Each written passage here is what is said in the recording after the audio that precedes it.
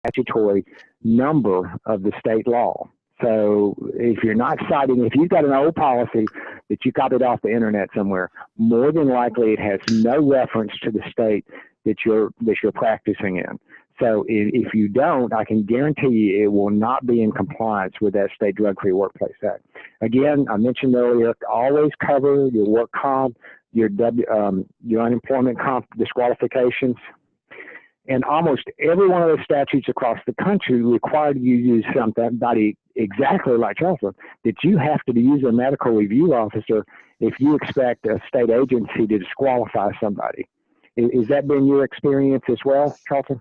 It is, and for an employer, you don't want somebody in the employer, their agent, to be deciding, if a medication is the reason for a positive drug screen or not. So you want to take that out. You don't want that issue. Somebody coming back later saying it's because you wanted to get rid of me. That's why you thought my codeine prescription caused the issue or something like that. You don't want to be making that decision as an employer. It is, I will tell you, the MROs I've worked with, and especially Charlton, are some of the best risk reduction strategy you can ever use, because you're using somebody that's highly trained in the effects of drugs, highly trained on what the regulations require, and will watch your back. So if you're ever going to discharge somebody, you're always going to have a medical review officer report of a positive drug test or some other issue like that you're going to typically have to send into the state on unemployment comp or workers' comp, either way. So, I mean, again, you need to, if you ever take adverse action without using a medical review officer, you kind of need to make sure it's more like a resignation. And they just kind of give up and go, okay, you caught me. But otherwise, if you're going to take adverse action and you're going to win the battles, make sure and use a medical review officer. And Tommy, even if you don't normally use a medical review officer, you can specifically use it for instance where something like this comes up. Wolfe, of course, provides that service. I'm their medical review officer. But if you normally don't have that service and something like this comes up, just call Wolfe and tell them you need a medical review officer for this, and that can take care of it. So you can work around. And let me ask you, if you've ever done this. So I have used medical review officers after the fact to do, somebody went through, maybe they did a rapid screen and maybe they saved the results and it got frozen. I have them go through I basically say, send it into the lab, use a medical review officer, get the interview done, get the report done at the end. Even though regulated testing has time limits and things you're supposed to do, like Charlton's saying, if you hadn't used a medical review officer and you want to take advantage of the disqualifications, don't think time's not an issue. Just go on and do it anyway and take advantage of all those great cases out there. Yep. That's kind of what you're talking about, yeah. It is. Okay, awesome. All right, cover the new OSHA guidelines. So in a policy, we actually cite the language from the OSHA guidelines as part of the post-accident drug testing scenario. Should be easy to read and understand. Should include all required pre-employment active employee sign-off forms, checklists, notices, specimen documents, and stuff like that. We typically give clients last chance agreements and work continuation agreements as part of that project. All right, number 2, make sure you're following the Drug-Free Workplace Act in drafting your policy. So we talked about that a second ago. Okay, let me run through. I tell you, we've kind of hit these on number 3, and then again, capture in writing. If you've got a requirement from your fund, put that in writing.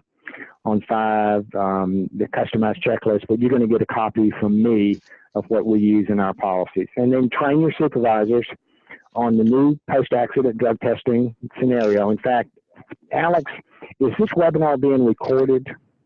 Yes, sir. This webinar is being recorded. It'll be posted on our website, wolfeinc.com, and also on YouTube here in about 2 to 3 business days.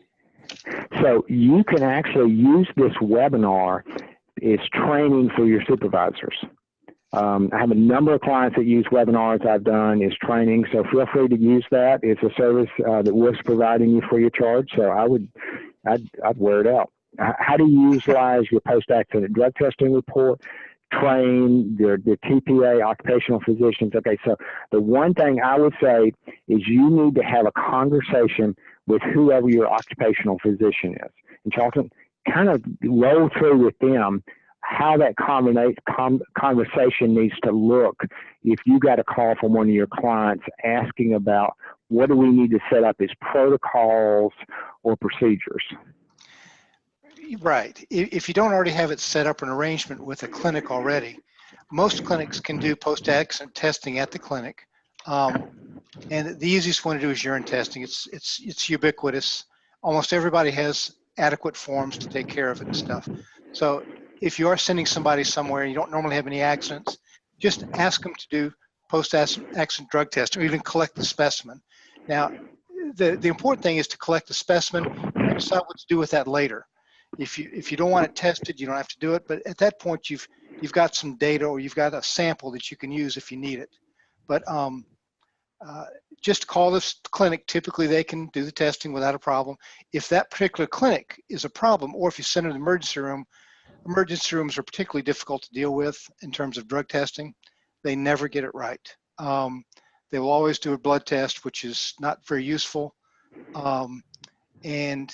So I would send them to an outpatient occupational medicine clinic or somewhere you've arranged to get that done. It's much easier that way, assuming it can be treated there or even afterwards. Mm-hmm. And make sure they understand maybe the circumstances when not to test. Like you need to let them know if I send this person in and they have a bee sting or if they have carpal tunnel, don't post-accident drug test them. I mean, I think it behooves you to give them that kind of direction in the protocols in the file. That I agree with that. Certainly regarding the guidance of this last year. Yeah. So again, that's just part of your training of the vendors that you're going to use to help you, and then train everybody else involved. Okay, let's talk just a little bit about medical and recreational marijuana. This isn't the focus of the talk, but Charlton mentioned early on, there's a Section 5A in the OSHA code that requires every employer to furnish to each of the employees a place of employment free from recognized hazards that are causing or are likely to cause death or serious physical harm to employees. And I'll talk on this and I'll turn it over to Charles in just a second, because I'm of the belief if you're in a state where there's medical marijuana or recreational marijuana or both, and you're aware that the United States has an opiate crisis, then you need to understand that your obligation from these known risks is to take preventative steps to deal with them. Charlton, I'll turn it over to you because I think you and I are very aligned on this is a scary time. I agree. First of all, there is no such thing as medical marijuana. People use it for medical purposes, but there is no such thing as medical marijuana. It is a substance illegal in the federal system. But something that Tom was getting at there, well, he's been getting at the whole time here, is in states where they've legalized the possession of marijuana, that's fine, except employers in every one of those states has a right to prohibit folks under the influence of that substance when it causes a safety risk in their facilities. Every state allows that, even where there's marijuana laws and stuff. The problem is you generally have to fall back on reasonable suspicion to find those people, or you can randomly test them and stuff like that. But folks who are using marijuana in the workplace are a risk, or before the workplace. Even if you smoke 3 joints right before you walk in, you typically aren't smoking in the workplace, but you're still under the influence and causing a hazard to yourself or other employees or clients. Totally agree with you, Charles. In fact, I'm sitting here looking right beside my monitor. I've got my printer, and on that I have pasted what I consider to be Constangi Drug-Free Workplace Practice Purpose. I had the practice group up for Constangi, and the purpose is be God's instrument for employers nationwide to prevent the evils of employee substance abuse. Charlton and I have seen many evils over the years. We have seen people die in the workplace from use of drugs. We've seen people disabled. We've seen kids no longer have parents coming home. So I will tell you that my heart is that drugs in the workplace are an evil that continues to kind of invade the workplace. I agree. So just know that that's my heart is, and Charlton's heart is to help you, give you wise counsel to eliminate that evilness, or at least to put it at bay. All right, let's talk about 3 states that in the past fall we had Michigan go recreational, we had Missouri with the new medical marijuana law, and then we had Utah. Probably Utah was the most striking one for me that was kind of a shocker. So Michigan has already had a medical marijuana statute for years, and then it passed 55% yeses and 45 noes. So it legalized marijuana use for 21 year and older. Adults can cultivate up to 2 marijuana plants and things like that. Does not impose any obligations on employers with respect to recreational use, and has some helpful language that employers do not have to permit or accommodate recreational marijuana use. Became effective in December 2018. In Michigan, Department of Licensing and Regulatory Affairs has got to accept applications for establishments in the next 12 months. So Missouri really stepped in it on their statute. So they did a medical marijuana statute for the first time, effective on December 6, 2018. And then they had this whole list of qualifying conditions that you'd have to have one of these to get a medical marijuana card in the state of Missouri. It allows patients to use it. Okay. It allows qualifying patients to utilize it in different ways, including smoking, vaping, and balms and other things like that, and infused food products. Here is the language I need you to look at. Go to the very bottom of that slide, and it allows employers to discipline and things like that. The very bottom of the slide says, the above language concerning employer obligation has no definition of under the influence of marijuana at work. So Missouri employers must exercise caution when addressing positive drug tests involving medical marijuana card holders, and they have to treat it like what's hot. There are 15 states now that have medical marijuana protection in their statute. They have an anti-discrimination provision in their statute. And so what they did in this is they created a huge amount of confusion unnecessarily in Missouri on when an employer can take action or terminate or not terminate. So again, it's a hugely confusing statute in Missouri that I'm going to go talk with him about next week. Carlton, were you aware of the Missouri statute and the dilemma that they've caused out there? Just when we talked last week, I looked it up, and it's a problem. You know, obviously reasonable suspicion would supersede this. If somebody's not acting right in the workplace, you know, that'd be reason to test them. And that would certainly, you know, if there were a safety risk, that would probably get you around this. But it's not that clear. Here's what makes it unclear, at least I think it does, is you have got language in here about being under the influence. And you and I know the problem with urine-based drug testing especially is that you could have somebody that smoked a joint and then tested positive 7-10 days, maybe even longer later. And you can't give expert testimony that they're still under the influence at the time they test positive. Would that be fair? That is correct. So there's really under the influence is a legal standard. So you got 2 states I know there are other states, but Colorado and Washington are good examples. If they have a 5 nanogram level and you're considered by law to be under the influence, but it's not really a scientific standard, it's a law standard. Yep. A lot of confusion. Okay.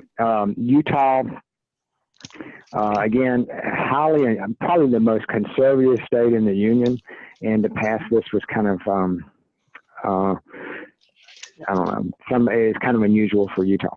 But you've got the same qualifying illnesses. Now, so you need to always be careful. If somebody brings you a medical marijuana card from a state of issue like Utah, or maybe I'm saying Connecticut, New Jersey, Massachusetts, Rhode Island, they bring you one of these cards, they have to have a disabling medical condition to get the card. So consider a disability, consider a medical marijuana card to also be a disability card. So when they present that to you, they're giving you notice, hey, I've got a disability. So again, it's you need to have a management labor attorney that can help walk you through those. So here's the current state of marijuana. Charlton, you want to weigh in on those?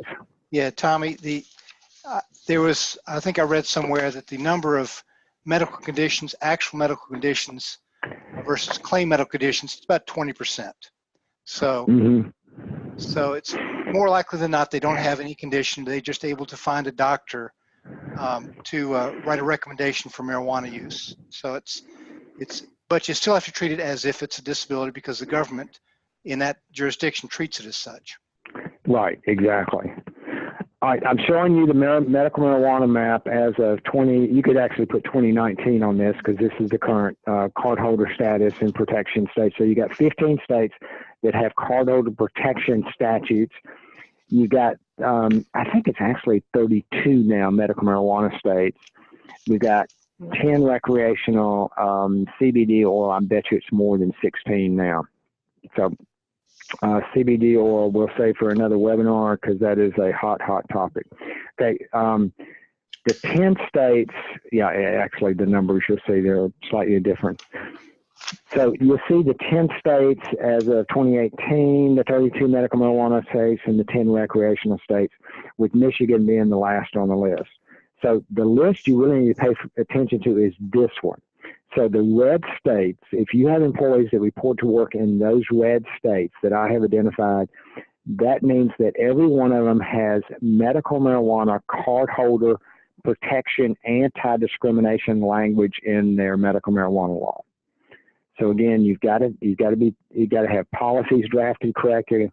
You've got to train people. You've got to have interactive conversations. You've got to classify people as safety sensitive.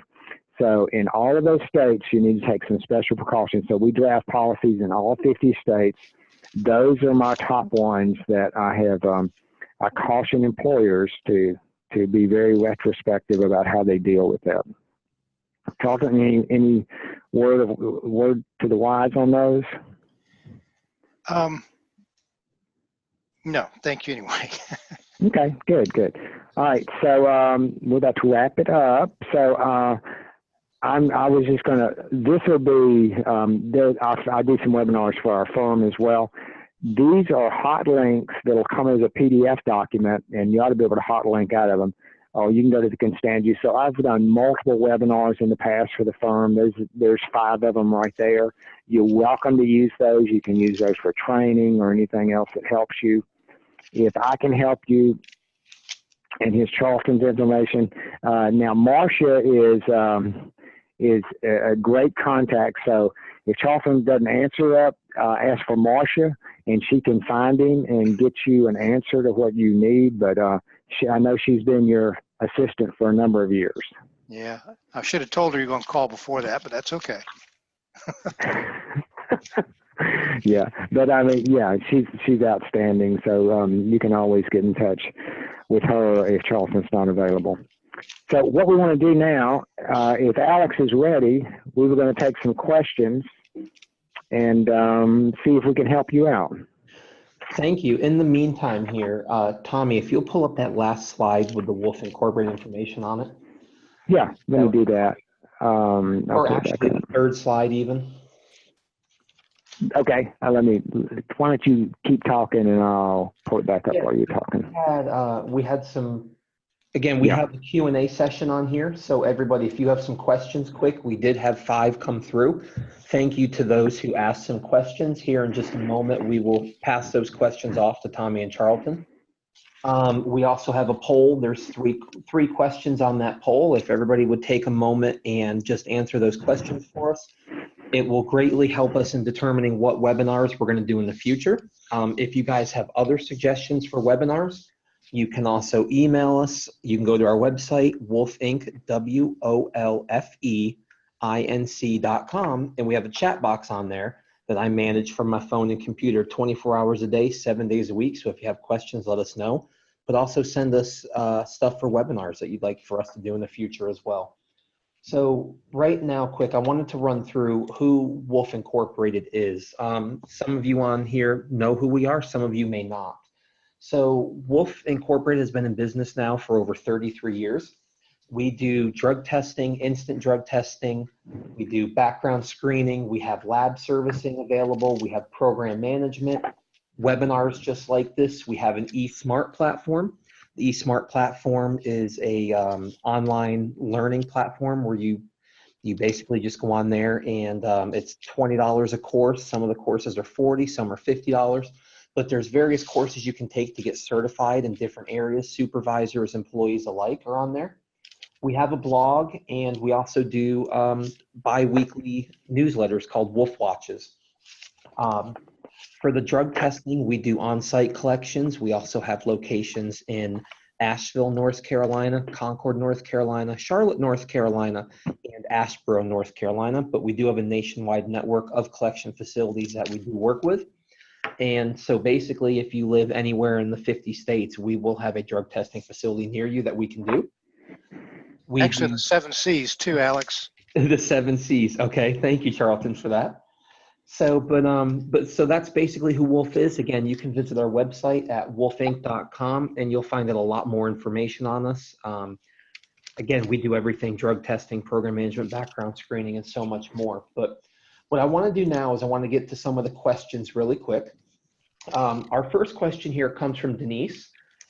With marijuana staying in the system for up to 30 days, is a positive for marijuana effective in proving the drug use played a part in a post-accident?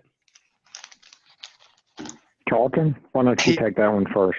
Thank you so much. There is no way to correlate a level of THC metabolite to any kind of behavior, okay? Because of that, you really can't use a specific level unless it's been judicially determined, like the 2 milligrams in Colorado or the 5 milligrams in Oregon. You really can't determine from that. So you want a standard, as we talked about before, under the influence standard to do that. Basically, you're prohibited from being under the influence of a substance in the workplace. You take that out of that. Now, the problem is some of these states now have made that an issue. And so you may have to fall back on a reasonable suspicion standard for testing and taking action on safety in the workplace. So you really cannot do that. You don't know if that person has smoked marijuana or consumed his brownies right before he went to work, or 2 months ago with friends, during a holiday.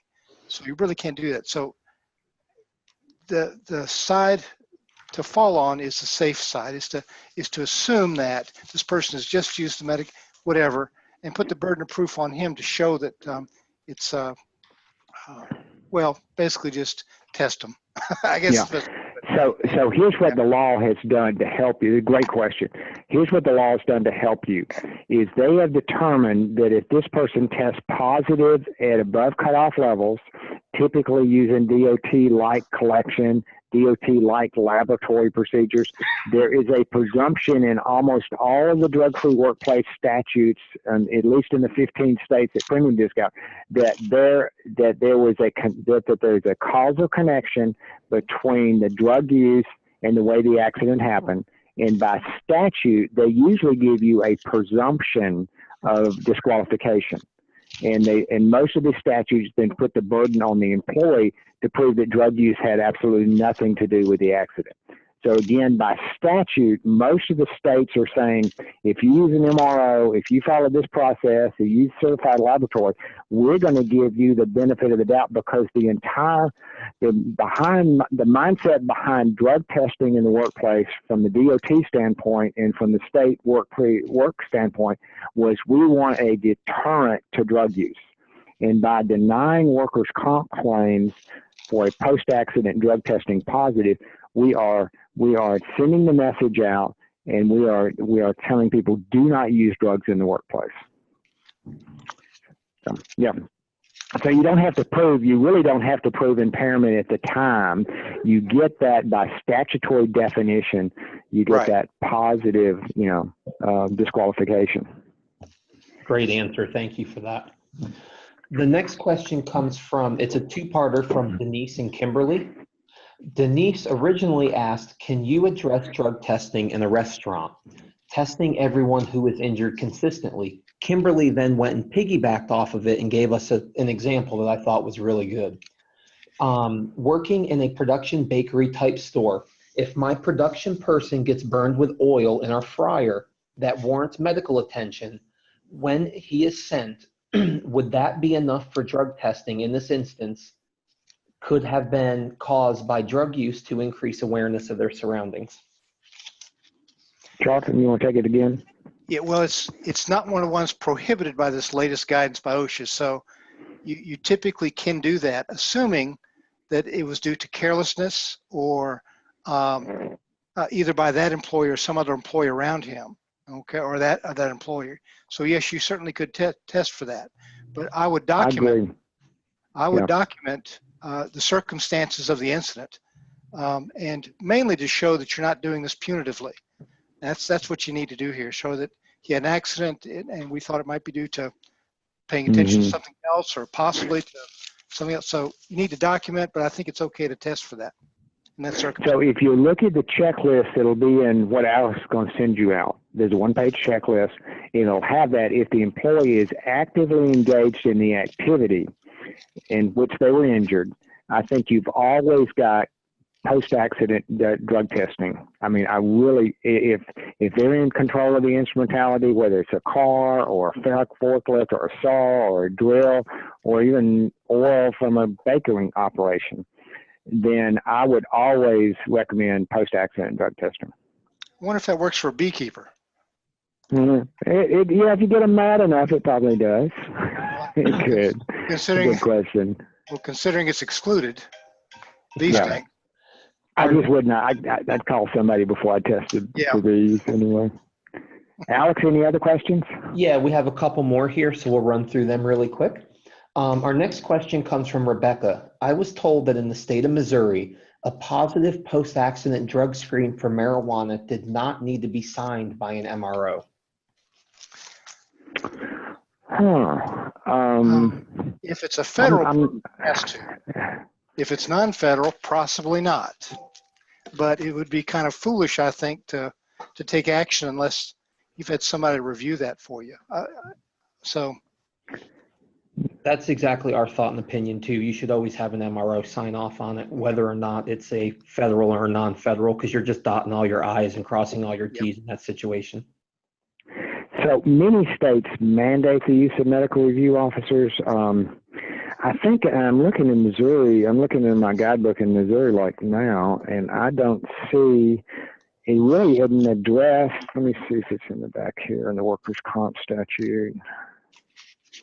I tell you, why don't you go to the next question, Alex, and give me a few minutes and I'll find an answer. Our next question comes from Dudley, and this question was answered slightly earlier. Let me go find it. Here we go. Has there been an actual standardized marijuana impairment level test developed in the states that have legalized marijuana? Yes. Well, they've basically set a level. Whether it's been tested or not, who knows? Much like they set a level for alcohol intoxication, they decided that they needed to set a level, especially for driving under the influence, driving impaired. In Colorado, I think they set it at 2 or 4 or 5. I forgot what it is. And in Oregon, they set a different level. So one of the problems is different states seem to have different levels. There's no consensus on the proper level right now. But it's, I would move more towards a 2 nanogram level as opposed to a 5. But there is no specific level unless it's been set by statute. So, and there really is no way to set that level overall, unless it's done basically at a federal level, probably. Okay. Let me give you an answer on the Missouri. So the Missouri Workers' Comp statute says that benefits are reduced by 50% if an injury is sustained in conjunction with a non-prescribed controlled use or alcohol use or failure to obey company policy regarding the use of drugs and alcohol. However, if drugs or alcohol is the proximate cause of the injury, the employee's benefits are forfeited altogether. So, and if you want to look it up, it's Missouri MO period, revised, REV period, STAT period, section 287.120 paren 6. So 287.120 paren 6. And that's the work comp statute. So there's nothing in the comp statute that would support what you were talking about. And there's really not a mandated requirement that you use an MRO. But again, anytime I've told people to take adverse action, whether it's denial of a benefit or disqualification or firing somebody, always use a medical review officer as your best risk reduction strategy. Great. Our next question comes from Tara. Once an employee is hurt at work, how long do they have to prevent for drug screening in North Carolina for non-DOT? Charlton, you want to take that one first? Sure. Basically, it's just as from an employee, there is no standard or there's no statute that says you have to test within a certain amount of time. The idea is the longer you wait, the less likely any level reported is going to be related to that incident. For alcohol testing, you want it done basically within a few hours. For other drug testing, you want to do this basically as soon as possible. If it's 2 hours or 3 hours, it's probably not going to make that much difference. If it's 36 hours, it may make a very big difference as to the results you get in relation to the incident. So if you'll kind of follow the gold standard at DOT, so like Charlton was saying, you're supposed to drug test for alcohol within 2 hours. You've got to discontinue attempting after 8 hours. You got a drug test for a drug test within 32 hours. So if you kind of follow those, that's the gold standard out there, is after 32 hours you discontinue. Yep, that's probably reasonable. Yeah. But I'm looking at the North Carolina statute, and there's nothing in North Carolina that tells you how fast that you have to do, but exactly what Charlton said, especially with alcohol. You're going to get a diminished positive clearly after 4 to 6 hours. All right, Alex, any more? Yeah, we got 2 more here we're going to answer really quick for you. What is the best, this one comes from Kay, what is the best way to transport an employee for post-accident or suspicion drug testing? With a supervisor. Yeah, with the supervisor. I totally agree. Yeah, do not ever never send them on their own. Yep. And probably don't send the cab because you won't have control over it. Right. Yep. Exactly right. And if you have security personnel, that's probably the best one. Supervisor is probably number 1, security personnel number 2. Okay. Our next question comes from Heather. Can you address prescription opioid use in reasonable cause? Oh boy. So let me just give you a thought on what I understand opiate intoxication does. It is much like somebody driving at 2 o'clock in the morning and falling asleep, almost like somebody has narcolepsy or something like that. They can't help themselves. They're going to nod off and they're going to fall asleep. And that's basically the way I understand an opiate intoxication. Charlton, if you got any better ones? It's typically a soporific effect. The folks who take them recreationally take them basically to get more energy, but that's what they'll say. But typically it kind of slows you down and makes you a little slow to respond to stuff. Even if you're taking controlled substance by prescription, there is still the employee can still maintain a workplace that's safe. If you're not acting right, if you think it's unsafe to be there, there is typically a responsibility of the employee to report that to a supervisor. If they've taken new medication or different medication, whether it's prescribed or not, really doesn't matter. If it's not safe, it's not safe. So the way that we counsel employers nationwide to deal with these issues is to have a pre-duty prescription medication disclosure program applicable to all safety-sensitive employees. So anybody that works at heights, that works with sharps, that drives motor vehicles, that has a high level of cognitive function required for their job, you need to have in your policy as a, quote, safety rule that they have an obligation to disclose, and then you define safety sensitive. So it's kind of the list I just kind of told you, but that's the way we deal. So we don't discriminate based on medical marijuana or cardholder status. We basically discriminate based on safety. So all we're worried about, are you safe to work in that workplace when you show up, or not safe? And if you get tested positive and you didn't tell me in advance, you violated my safety program, and I can take action against you at that point. So it's highly effective. We use that strategy across the entire country, and it's highly effective. Great answer. Thank you guys very much for that. We appreciate it. There's a couple other questions on here that I'm answering for those people now, and I'll send over those answers. But we are currently at 2:04 p.m. Thank you, everybody, for tuning into this webinar. Again, we do have the poll up. Please make sure to go through and answer those questions quick. It'll take you less than 30 seconds, and it'll greatly help us determine what webinars we're going to do in the future. So thank you, everybody, for participating. Charlton, thank you for your time, sir. Tommy, again, it's been a pleasure, sir. You both are an absolute wealth of knowledge, and every time we get you guys on a webinar or a phone call, we get to learn so much great information. So we appreciate it. Thank you both. You're welcome. It was my pleasure. It's often great to be on the call with you again. Thank you very much. If you would like more information on Wolfe services, give us a call at 1-800-230-2991 or visit our website at www.wolfeinc.com. Like us on Facebook, follow us on LinkedIn, and subscribe to our YouTube channel. We put out new videos all the time. Thank you for watching this video from Wolfe, your trusted source for employer solutions.